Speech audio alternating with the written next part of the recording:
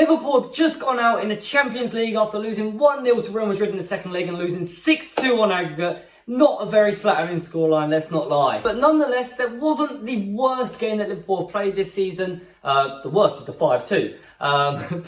But yeah, I think there was some positives from the game. The structure looked decent. It looked like something that we could do. But Real Madrid are just such a professional team that they knew exactly how to manage that game, and they managed it perfectly. Alisson Becker had an absolutely outstanding performance in goal. He was unlucky with the goal that he conceded. It was very scrappy. We cannot deny that. But yeah, it was a very good performance from Alisson in general. The amount of world-class, top-level saves he made was a bit unreal, to be honest. I couldn't believe it. And he was unlucky, you know, all in all. If I had to give him a match rating, I'd definitely give him a match rating of 8. And I think he deserves that, to be honest, because he kept us in that game for much longer than we should have been. Trent Alexander-Arnold had a really tough time in right back, and he was up against Vinny Jr., who is one of the best wingers in world football, and it is undeniable to say, like, looking at that, I mean, just Vinny Jr., what a player he is. Outstanding. So, you know, Trent had a very tough time. Didn't really get anything going forward either. He tried. I did like his passion. He put some good effort in, but at the end of the day, he came up short, and I give him a match rate of 5. Defensive pairing of Konate and Van Dijk was once again impressive. I thought overall they were very good.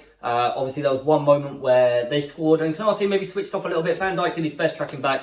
But Vinny Jr. was just too fast to poke that ball away. But overall, I think they were very good. Good signs, to be honest, for Liverpool moving forward, as long as we can keep them both fit. And yeah, I mean, it's a shame that, you know, we conceded, because I think maybe we deserved a clean sheet, especially with Alisson's performance. But yeah, not too bad a performance from them, and I give him a joint rating of a 7.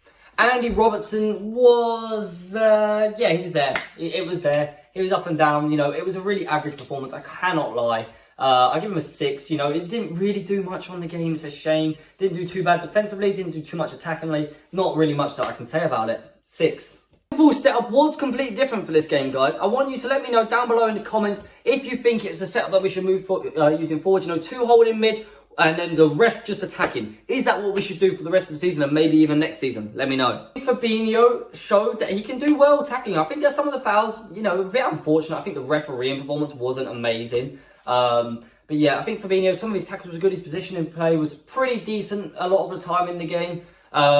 But I would say his passing is just not good enough. It's a shame. Fabinho is the best option we have in CDM right now. I would like to see it replaced in the future, and that is only because of his passing, because defensively he's alright, but he cannot pass the ball well enough. It is a shame to see. But yeah, Fabinho, I'm going to give you a 5 because of that passing. Milner was obviously a late addition to the team, probably in Jurgen Klopp's plans, with Bajcetic going injured and Henderson getting ill. But I thought he slotted in and did a really good job against a world-class midfield duo or trio of Camavinga, Modric and Toni Kroos. They are just so good. It is terrifying. But I thought Milner didn't do too bad. And he gave his all. He deserved and wore that armband well today. So yeah, overall, Milner, I'm going to give you a nice 7. I could drone on about each of the attackers' individual performance, but I'm going to group 3 players together, and one of them it hurts me to put in there. Cody Gakpo, Darwin Núñez, and Diego Jota.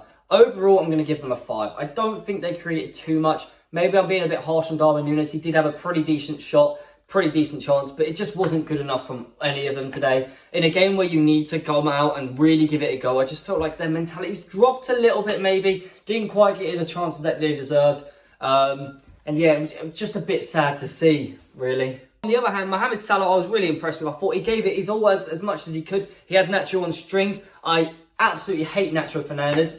Terrible diver. Just, he's that player. Everyone has a player at a team, you know. I don't know who's Liverpool is. Let me know in the comments who Liverpool's most annoying player is. But, you know, it used to be Ander Herrera for Manchester United, for example. There's always that one player. And Nacho Fernandez is that. I hate him. He's a rat. And he just always goes down. The dive he did was ridiculous in the second half. And the referee played to it every single time. It's ridiculous. Absolutely unfair. But yeah, Mo Salah had a good game. Didn't really get the shots off, but I thought he played alright. And I'm going to give him a 6, slightly higher than the other attackers. Guys, do you think the Real Madrid midfield is the best midfield in the world? Personally, I do. Luka Modric is a freak of nature. Toni Kroos is just so well class at passing still. And Camavinga is stepping into the shoes of them and of his former, you know, Casemiro. It's just so well. And they're all just so composed. Are they the best midfield in world football? Let me know down below in the comments. I respect what Jurgen Klopp tried to do with the game. I don't think the subs did too much, but he had to try and make the changes. Overall, you know, they didn't really have that much of an impact though, so it's a shame to see from the substitutes not really doing anything massive, but it is what it is, you know. It's a shame, but we moved. And hopefully next time, you know, when we make subs, they can have a bit more of an impact. I thought Elliott didn't do too bad. Roberto Firmino didn't really show up at all. Oxlade-Chamberlain did all right when he came in. Oh, the bit of skill that he did was delicious at one point.